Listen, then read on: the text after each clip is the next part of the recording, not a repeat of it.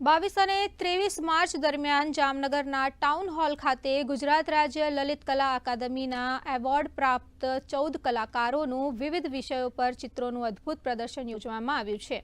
Senior અને junior આર્ટિસ્ટે town hall ખાતે સતત 4 દિવસ સુધી વિવિધ ચિત્રો બનાવ્યા હતા, જેનું પ્રદર્શન યોજવામાં આવ્યું, જેનો લાભ મોટી સંખ્યામાં જામનગરવાસીઓએ લીધો હતો।